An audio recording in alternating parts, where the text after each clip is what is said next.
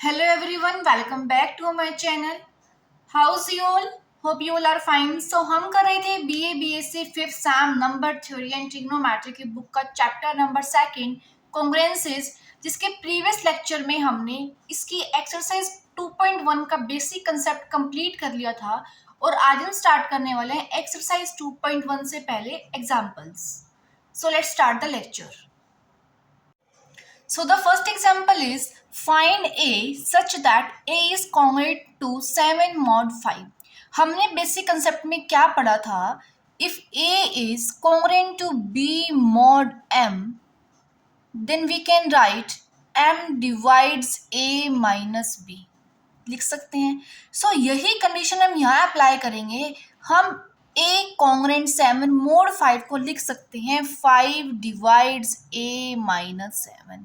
And अब अगर हम यहाँ पर डेफिनेशन अप्लाई करें डिविजिबिलिटी की, then we can write A minus 7 as some integral multiple of 5 and let that integer be K. जो K जो है यहाँ पर क्या है? Integer. Okay. Or we can write A equals 7 plus 5K, where K belongs to integers. अब देखो, हमें वैल्यू फाइंड आउट करनी है A की. इस A की वैल्यू फाइंड आउट करनी है. अब A की वैल्यू के लिए हमें K की वैल्यू स्पेसिफाई करनी पड़ेगी. एंड K बिलोंग कर रहा है इंटीजर से, then we can put the value of K as negative integers up to infinity, up to -2, -1, 0, also positive values 0, 1, 2 up to infinity. Okay. अब हम क्या करेंगे? K की वैल्यूज जो भी हैं पॉजिटिव, नेगेटिव, जीरो सभी हम पुट करते जाएंगे एंड A की वैल्यू हमें मिलती जाएंगी. सो फर्स्ट ऑफ ऑल हम पुट करें K की वैल्यू -2, देन जो A हमें मिलेगा वो होगा -3, राइट. अगर हम K की वैल्यू पुट करें -1, देन A की वैल्यू हमें मिलेगी 2. अब K की वैल्यू हम पुट करें 0, then A becomes 7.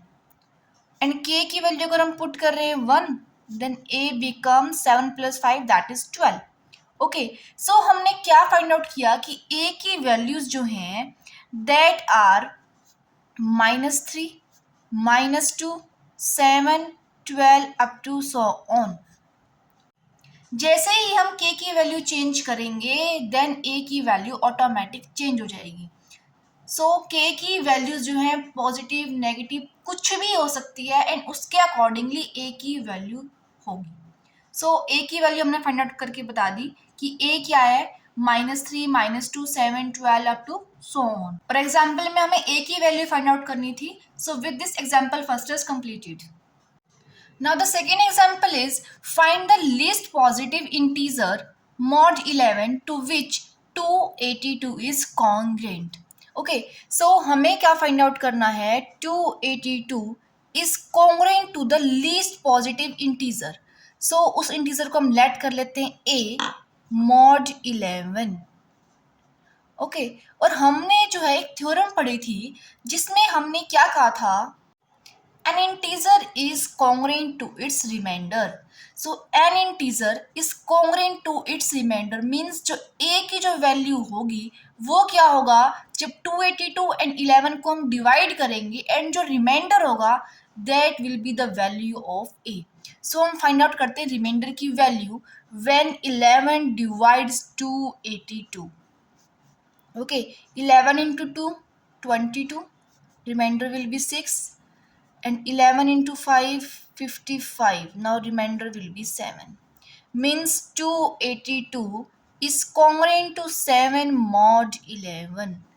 That means 7 is the least positive integer. Positive integer to which 282 is congruent. Okay. So हमने लिस्ट पॉजिटिव इंटीजर जो है वो फाइंड आउट कर लिया. This completes example number second. Now moving on to the next example. Now the third example is if A is odd and we have to show that A here is congruent to 1 mod 8. Okay, हमें A क्या given है? Odd number. Okay. And हमें पता है कि odd number की form क्या होती है, that is 2k+1। And 2k जो फॉर्म होती है वो होती है इवन नंबर की, एंड 2k+1 क्या हो जाती है, ऑड नंबर की फॉर्म। सो हमें गिवन था कि a क्या है, ऑड नंबर, सो हम लेके चल रहे हैं ऑड नंबर की फॉर्म, दैट इज 2k+1, जहां पर k जो है that is belonging to the set of integers. Okay. And हमें जो वैल्यू फाइंड आउट करनी है वो करनी है ए स्क्वायर की। ओके, सो हम क्या कर देंगे, squaring both sides, that is A square equals to 2k+1 whole square. अब हम करेंगे square open, that means A square equals to 4k² + 1 + 4k। Okay, अब हम क्या करेंगे, इन दोनों टर्म्स में से हम कॉमन लेने वाले हैं 4k, that becomes 4k k+1 + 1। अब देखो k एंड k+1, हमें पता है कि 2 एंड 2+3 ये क्या होते हैं, कॉन्जिक्यूटिव इंटीजर्स। दैट मीन्स ये k एंड k+1 जो है these are consecutive integers. And हमने एक्सरसाइज 1.1 के बेसिक कंसेप्ट में क्या पढ़ा था कि अगर कोई भी दो कॉन्जिक्यूटिव इंटीजर्स हैं then they will be divisible by 2 factorial, and अगर 3 कॉन्जिक्यूटिव इंटीजर्स हैं देन वो 3 फैक्टोरियल से डिविजिबल होंगे। ऐसे ही 4 कॉन्जिक्यूटिव इंटीजर्स हैं then they will be divisible by 4 factorial. लेकिन अब हमारे पास क्या है, यहाँ पर 2 consecutive integers, that means k and k+1, these will be divisible by 2 factorial. Okay, or we can simply write divisible by 2। अब देखो, अगर हम यहाँ पर डेफिनेशन अप्लाई करें डिविजिबिलिटी की, हमें क्या पता चल रहा है कि k and k+1 is divisible by 2। That means we can write k into k+1 is some integral multiple of 2। Let that integer be m। अब देखो k इंटू k+1 की जो वैल्यू है दैट इज 2m, वो हम put कर देंगे इस स्टार इक्वेशन में। Then we get a square equals 4, k into k+1 की जो वैल्यू है that is 2m and +1 as it is. Then a square equals 8m + 1. Or we can write a square -1 equals to 8m. अब देखो हमने क्या show कर दिया है, a square -1 is some integral multiple of 8। That means 8 divides a square -1। And अब हमें इसे कॉन्ग्रुएंसी की फॉर्म में लिखना हो then we can write a square is congruent to 1 mod 8। और यही तो प्रूफ करना था हमें। क्लियर है? So with this the example third is completed. Now moving on to the next example. Now the example fourth is show that 3 raised to power 4n plus 2 plus 5 raised to power 2n plus 1 is congruent to 0 mod 14। इसमें हमें क्या show करना है, जो हमें left hand side में given है that is divisible by 14। That means कि जो रिमाइंडर है वो क्या है, 0 है। मीन्स कि जो लेफ्ट हैंड साइड जो that is completely divisible by 14। अब जो ये एग्जांपल है इसे हम प्रूव कर देंगे by the principal of mathematical induction. वैसे जो हमने एग्जांपल्स किए थे एक्सरसाइज 1.1 में वो मोस्टली बेस्ड थे प्रिंसिपल ऑफ मैथमेटिकल इंडक्शंस पे। सो उस टाइम भी हमने बहुत अच्छे से किए थे वो एग्जांपल्स, एंड होप कि वो आपको प्रिंसिपल अच्छे से आता होगा। सो करते हैं यहाँ पर हम क्या करते थे कि जो लेफ्ट हैंड साइड जो होती थी उसे हम लेट कर लेते थे बाय द फंक्शन n।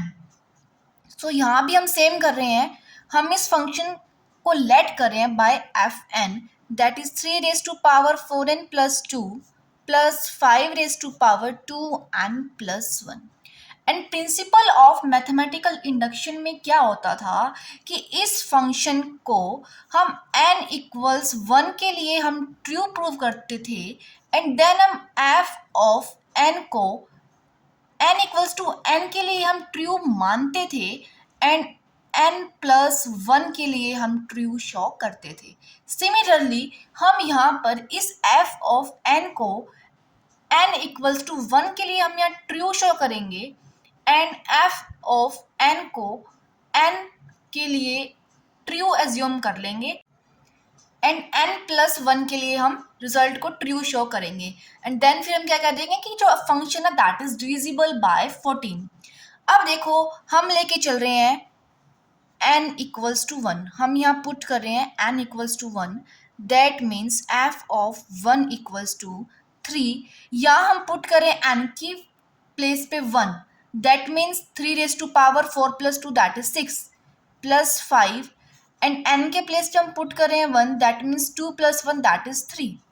अब देखो 3 रेज टू पावर 6 की जो वैल्यू होती है that is 729 and 5 raised to power 3 that is 125 and on addition we get 854. Now we know 854 is divisible by 14, right?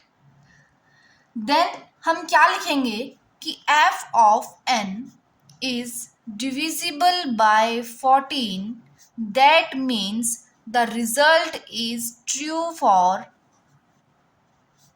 n equals to 1।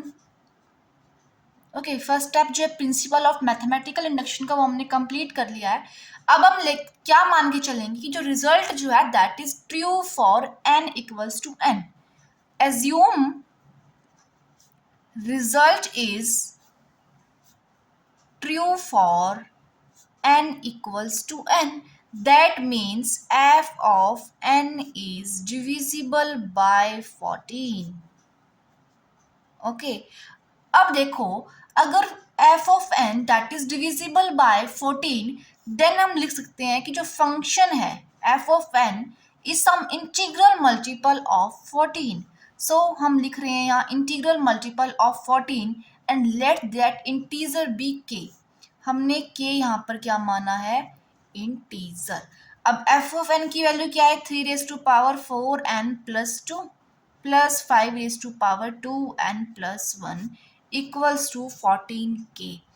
And अब अगर हम यहाँ से वैल्यू निकालें 3 raise to power 4n plus 2 की, that comes out to be 14k minus 5 raise to power 2n plus 1।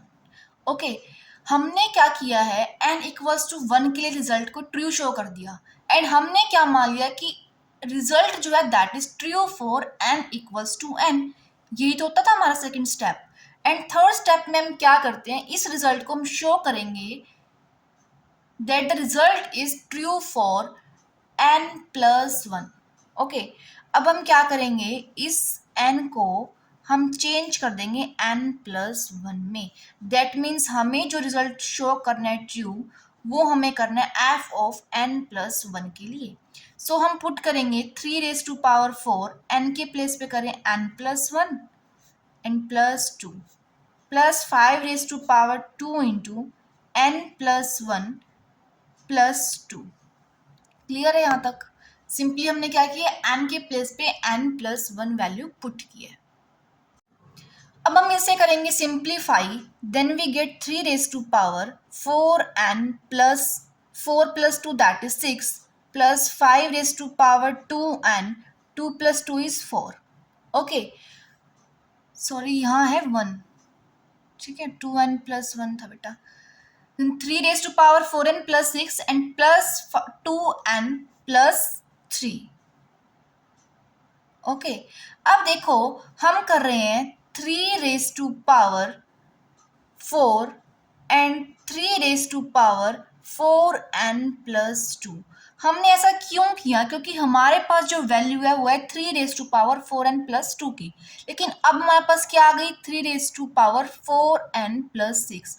That means हमें 3 raise to power 2 and 3 raise to power 4 को हमने अलग अलग किया है। ओके, अब देखो plus 5 raise to power 2n plus 3 as it is. अब हम क्या करेंगे, 3 raise to power 4n plus 2 की वैल्यू हम यहाँ से पुट करेंगे। Okay, then we get 3 raise to power 4 and इसकी वैल्यू है 14k minus 5 raise to power 2n plus 1। Okay, plus 5 raise to power 2n plus 3, और we can write 3 raised to power 4 into 14k minus 3 raised to power 4 5 to raise to 5 raise to power 2n plus 1 plus 5 raise to power 2n plus 3। अब देखो हम क्या देख रहे हैं, यहाँ है 5 raise to power 2n plus 1 and 5 raise to power 2n plus 3। That means इन दोनों टर्म्स में से हमें कॉमन क्या लेना है, 5 raise to power 2n plus 1। उसके लिए देखो हम क्या करेंगे, 3 raise to power 4 that is 81 into 14k, and इसमें से हम कॉमन ले रहे हैं 5 raise to power 2n plus 1। अंदर हमारे पास बचेगा 3 रेस टू पावर 4 माइनस यहाँ बचेंगे 5 raise to power 2 that is 25।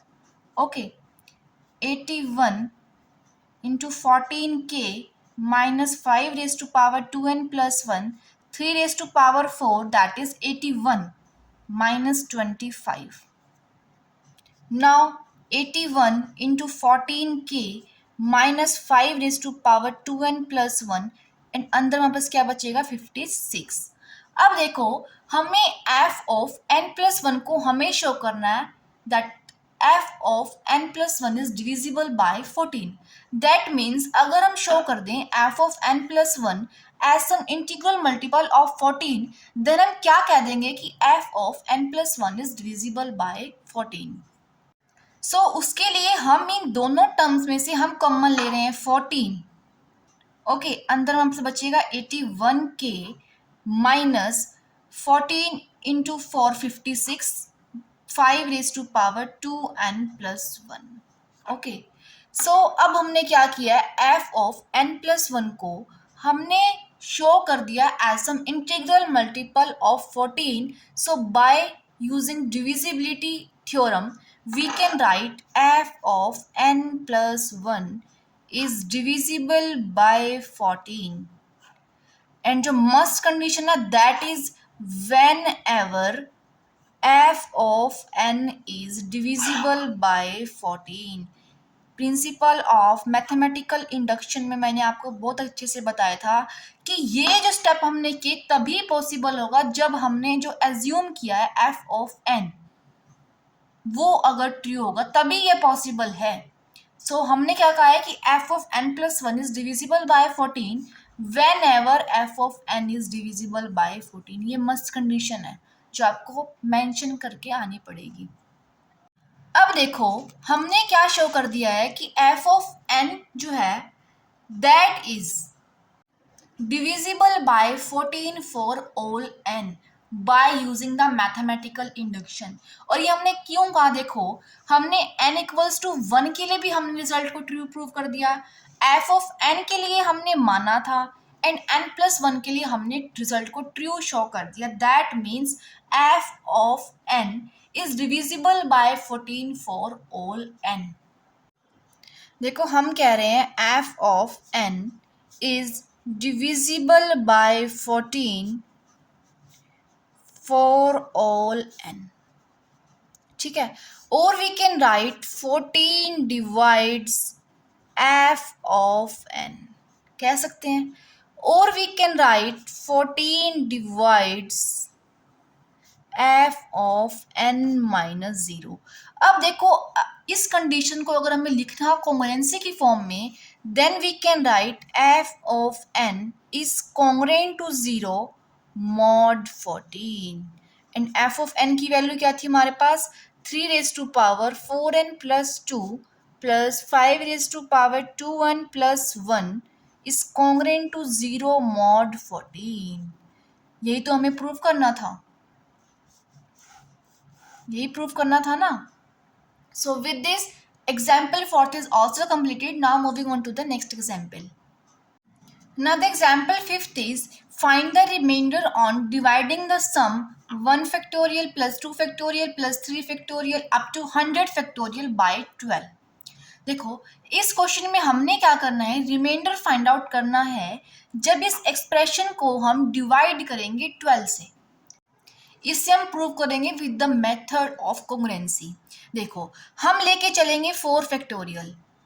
Okay, 4 factorial हम ले रहे हैं, देन 4 फैक्टोरियल क्या होगा हमारे पास, 4 into 3 into 2 into 1 that is 24। And we know हमें क्या पता है कि 24 जो है दैट इज डिविजिबल बाय 12। पता है ना सबको. दैट मीन्स 12 डिवाइड्स 4 फैक्टोरियल, और we can say 4 factorial equals to 0 mod 12 लिख सकते हैं हम. सिमिलरली अगर हम बात कर रहे हैं 5 फैक्टोरियल की, that is 5 into 4 factorial. And हमें क्या पता है कि 4 फैक्टोरियल जो है दैट इज डिविजिबल बाय 12, क्योंकि हमने कहा है ऊपर 4 फैक्टोरियल जो है दैट इज डिविजिबल बाय 12. उस केस में रिमाइंडर क्या आ रहा है? 0. दैट मीन्स 5 फैक्टोरियल जो है that will also divisible by 12. क्यों? क्योंकि ये क्या है? सिंपली मल्टीपल ही तो है 4 फैक्टोरियल का. That means 5 factorial is also divisible by 12. Okay, और इस केस में हम क्या कह सकते हैं कि 5 factorial equals to 0 mod 12. And अगर हम बात करें 6 फैक्टोरियल की, वो क्या होता है? 6 इंटू 5 इंटू 4 फैक्टोरियल. 7 फैक्टोरियल की बात करें तो वो होगा 7 इंटू 6 इंटू 5 इंटू 4 फैक्टोरियल. हम सभी केस में क्या देख रहे हैं कि 6 फैक्टोरियल क्या है? 4 फैक्टोरियल का मल्टीपल. 7 फैक्टोरियल क्या है? 4 फैक्टोरियल का मल्टीपल. मीन्स जितने भी फर्दर होंगे फैक्टोरियल्स वो सभी क्या होंगे? डिविजिबल होंगे 12 से. क्यों? क्योंकि वो सभी क्या है? 4 फैक्टोरियल के मल्टीपल्स हैं. एंड 4 फैक्टोरियल क्या है? डिविजिबल है 12 से. ओके, सो हम क्या कह सकते हैं कि 6 factorial, 7 factorial up to 100 factorial, these all are divisible by 12 factorial. Sorry, divisible by 12, not 12 factorial.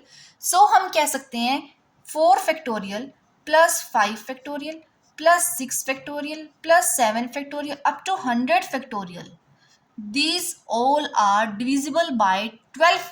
That means we can write these are congruent to 0 mod 12, क्योंकि ये सेपरेटली क्या है? डिविजिबल है 12 से.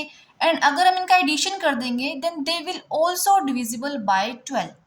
सो हमने ये कंडीशन लिखी है. लेकिन हमें प्रूफ क्या करना था? 1 factorial plus 2 factorial plus 3 factorial. अब देखो जो ये है ना, ये हमारे पास सेपरेटली 12 से डिविजिबल नहीं है. सो उसके लिए हम क्या कर रहे हैं? Left hand side and right hand side में हम ऐड कर देंगे 1 factorial plus 2 factorial plus 3 factorial.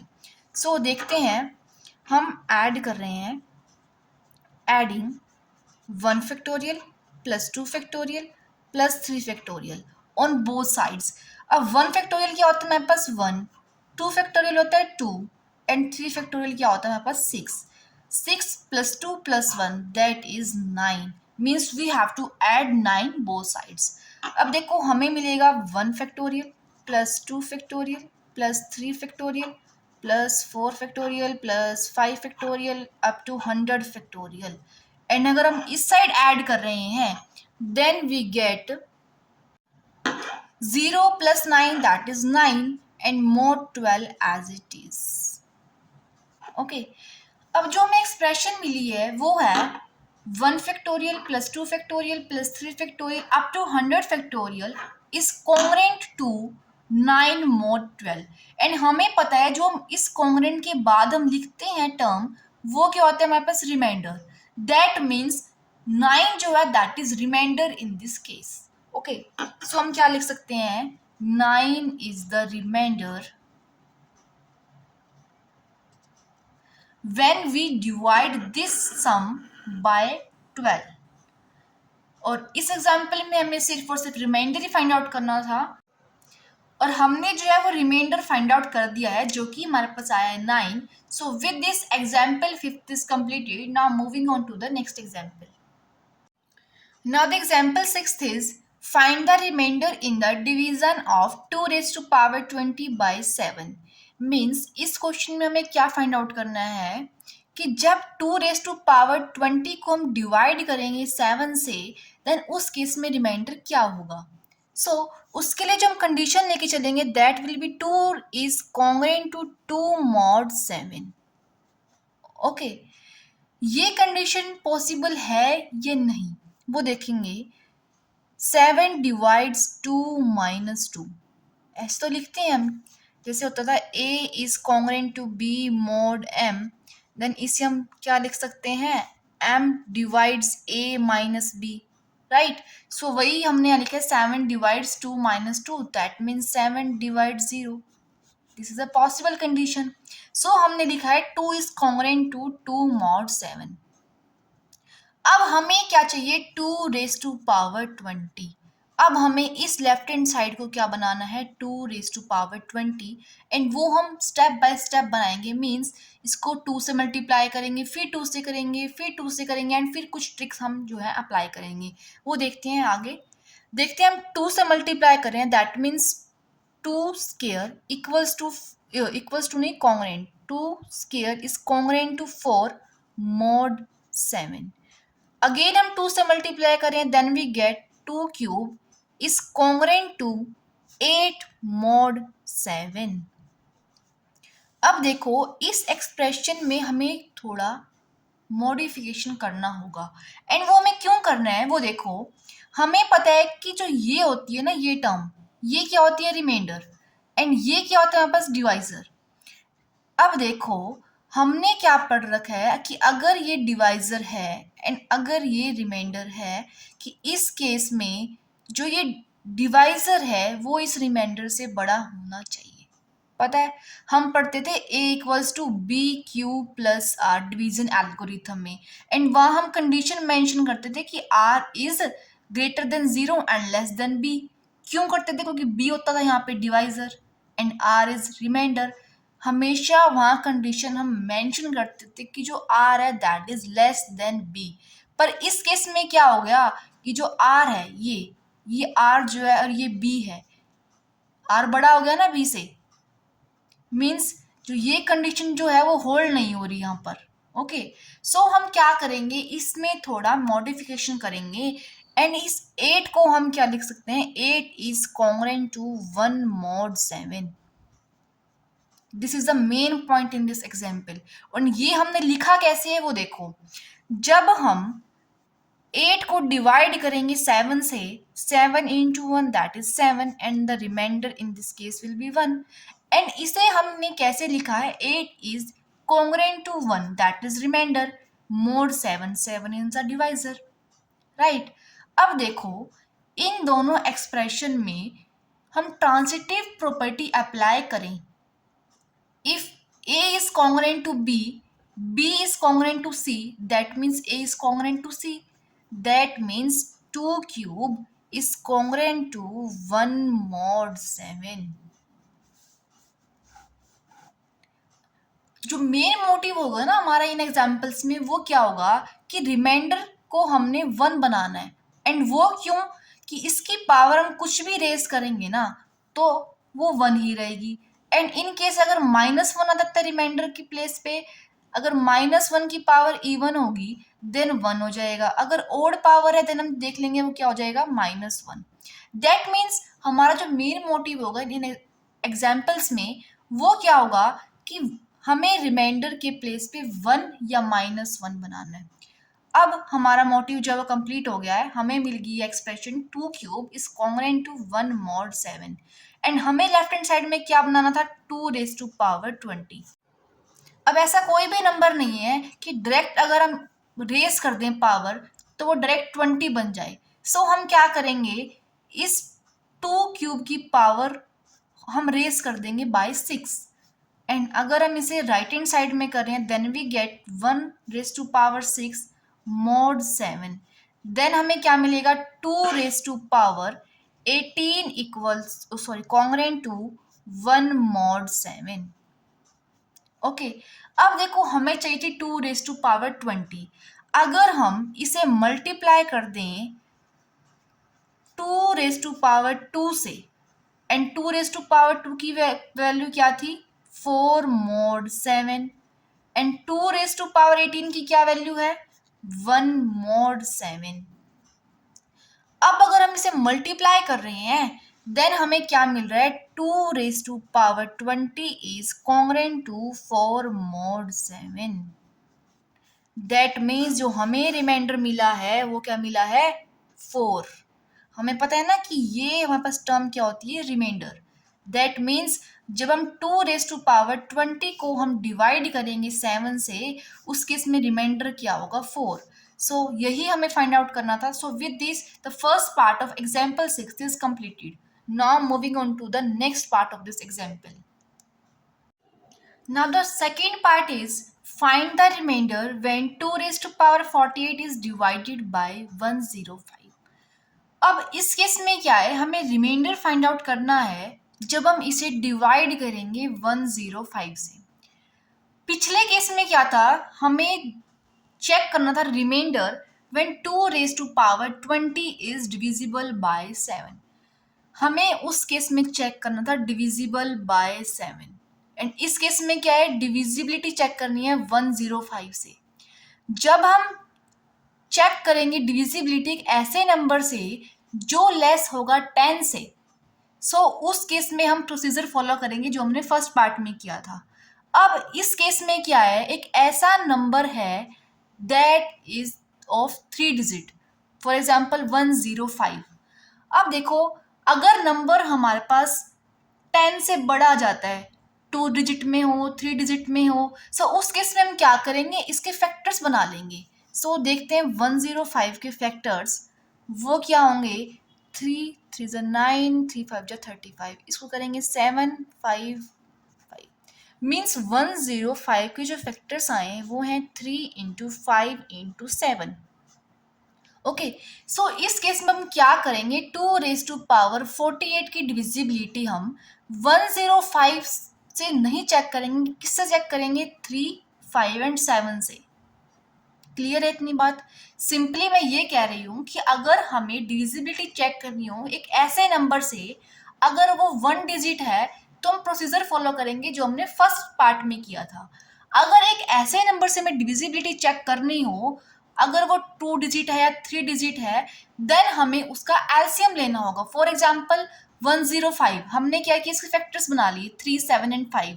सो अब इस केस में हम 105 से डिविजिबिलिटी चेक नहीं करेंगे, हम करेंगे 3 5 एंड 7. दैट मीन्स इसके फैक्टर से.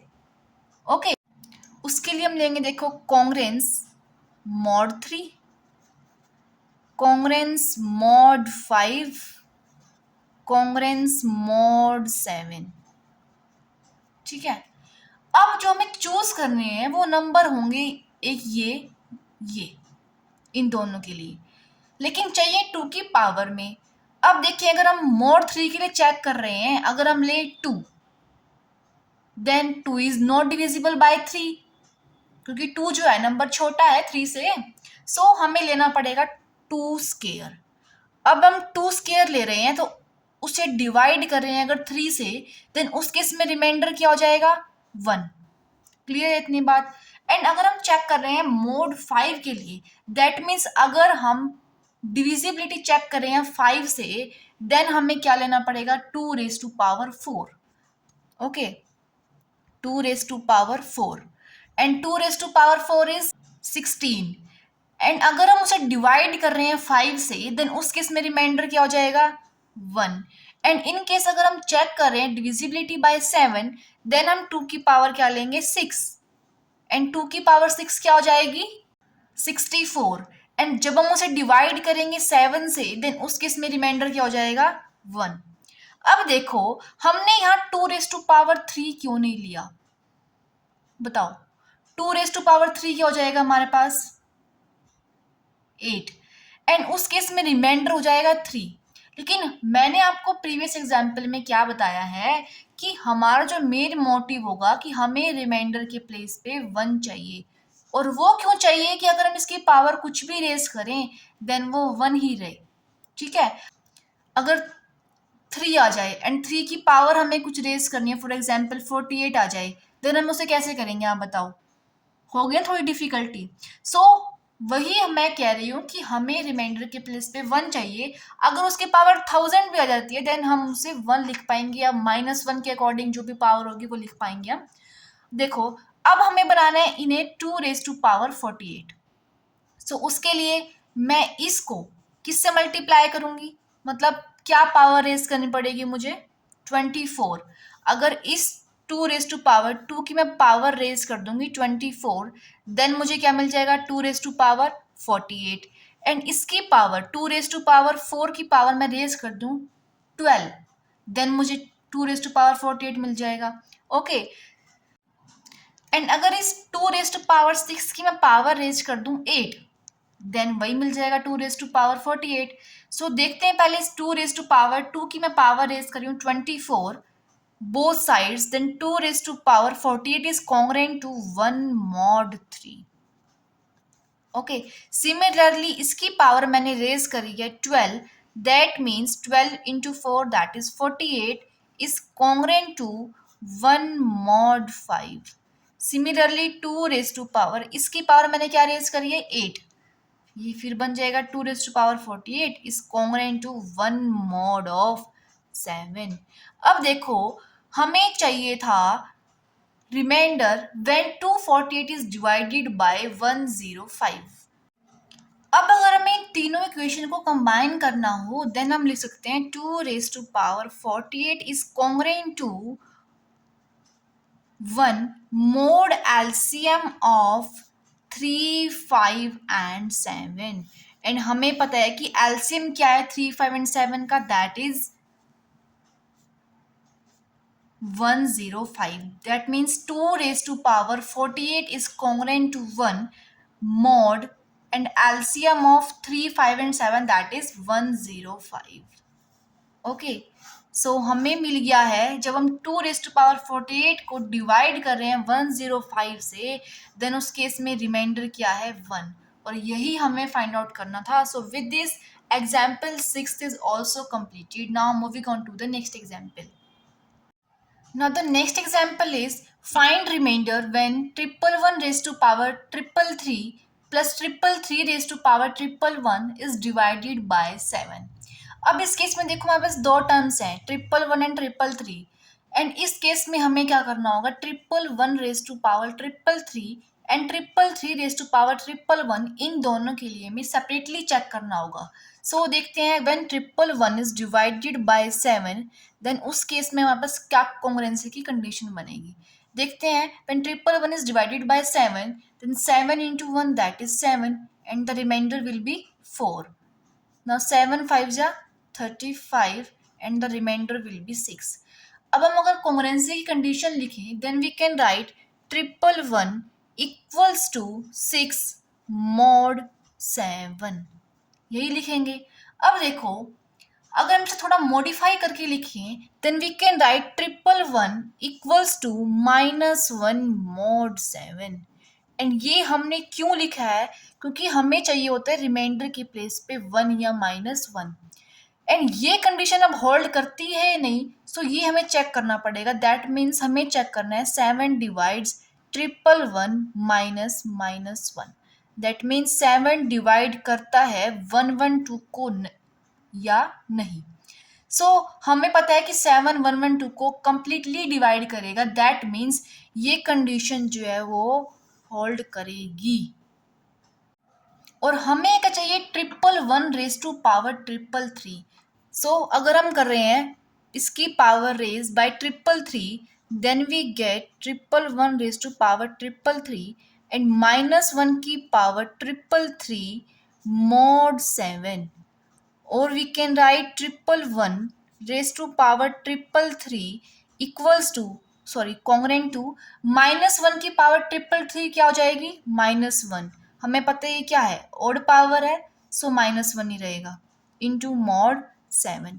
अब हम बात करें 333 की एंड इसे हम डिवाइड कर रहे हैं 7 से, देन देखो हमें क्या मिलेगा 333 when divided by 7 we get 7 into 4 that is 28 and remainder will be 5। Now 7 into 7 that will be 49। now remainder will be 4, right। अब अगर हमें इसे लिखना हो कॉन्ग्रुएंसी की फॉर्म में then we can write triple three equal congruent to 4 mod 7। देखो अब हम क्या देख रहे हैं यहाँ पर क्या है 4, लेकिन हमारे पास अब कोई भी ऐसी एक्सप्रेशन नहीं बनेगी कि हम इसे 1 में कन्वर्ट कर लें। सो हमें जो है कोई बात नहीं, यहाँ पर 4 है कोई बात नहीं, चलने देते हैं ऐसे ही। अब अगर हम इसकी पावर रेज करें 2, देखते हैं 333 raise to power 2 is congruent to 4 square mod 7, right. अब देखो, अगर हम इसको डिवाइड कर रहे हैं 7 से, देन उस केस में भी रिमाइंडर हमारे पास 1 नहीं आ रहा। फिर हम नेक्स्ट स्टेप कर रहे हैं, इट मीन्स हम 333 की पावर रेज कर रहे हैं by 3 is congruent to 4 raise to power 3 mod 7। अब हम देख रहे हैं 4 raise to power 3 is 64, right. And अगर हम उसे 7 से डिवाइड कर रहे हैं, दैट मीन्स 64 को जब हम डिवाइड करेंगे 7 से, 7 इंटू 9 63 एंड रिमाइंडर क्या हो जाएगा 1। एंड हम क्या लिख सकते हैं, 64 is congruent to 1 mod 7। Okay, अगर अब इन दोनों एक्सप्रेशन पर हम अप्लाई करते हैं transitive property, then we can write 333 raise to power 3 is congruent to 1 mod 7, लिख सकते हैं ना। लेकिन हमें पावर क्या चाहिए थी, 333 रेज टू पावर 111। एंड अब देखो, अब अगर मैं इसकी पावर रेज करती हूँ by 37, means 333 raise to power 3, and इसकी पावर हम रेज करते हैं बाय 37, देन हमें क्या मिल जाएगा, 111। एंड 1 की पावर हम रेज करते हैं बाय 37, वही हमें क्या मिलेगा, 1। देखो अब हमें क्या मिल गया है, 333 raise to power 111 is congruent to 1 mod 7। Okay, एक एक्सप्रेशन हमारी ये है एंड एक एक्सप्रेशन है हमारी ये। देखो, हमें ये तो चाहिए था लेफ्ट हैंड साइड में, 111 raise to power 333, 333 raise to power 111, and दोनों को हमने ऐड करना है। सो देखते हैं वो नेक्स्ट सेक्शन के अंदर देखेंगे। जो हमें एक्सप्रेशन मिली थी दोनों, वो थी ये। अब हमें फाइंड आउट क्या करना था, 111 raise to power 333 plus 333 raise to power 111, congruent to, इन दोनों को भी हम क्या कर देंगे, ऐड। देन mod 7 क्या हो जाएगा, common, and -1 + 1 that become 0। That means कि जब हम इन दोनों को ऐड कर रहे हैं, उस केस में रिमाइंडर क्या हो रहा है, 0, when they both are divided by 7। Okay, ये रिमाइंडर ही फाइंड आउट करना था हमें। So with this example 7 is also completed. So इस वीडियो में हमने एग्जाम्पल 7 तक कंप्लीट कर लिए हैं और नेक्स्ट वीडियो में हम स्टार्ट करेंगे एग्जाम्पल नंबर 8 से। ओके, ये सभी examples that are very very important, जो रिमाइंडर पर बेस्ड है, ये एग्जाम में आ सकते हैं। सो इसे आप अच्छे से करना, एंड जो रिमेनिंग एग्जाम्पल होंगे वो हम करेंगे नेक्स्ट लेक्चर के अंदर। सो टिल देन, यहाँ तक अगर आपको कंसेप्ट समझ में आया हो एंड कोई डाउट हो यहाँ तक, then you can drop your doubt in comment section. Okay, and अगर आपको वीडियो अच्छी लगी हो, देन आप वीडियो को लाइक एंड चैनल को सब्सक्राइब करना मत भूलिएगा। Thank you.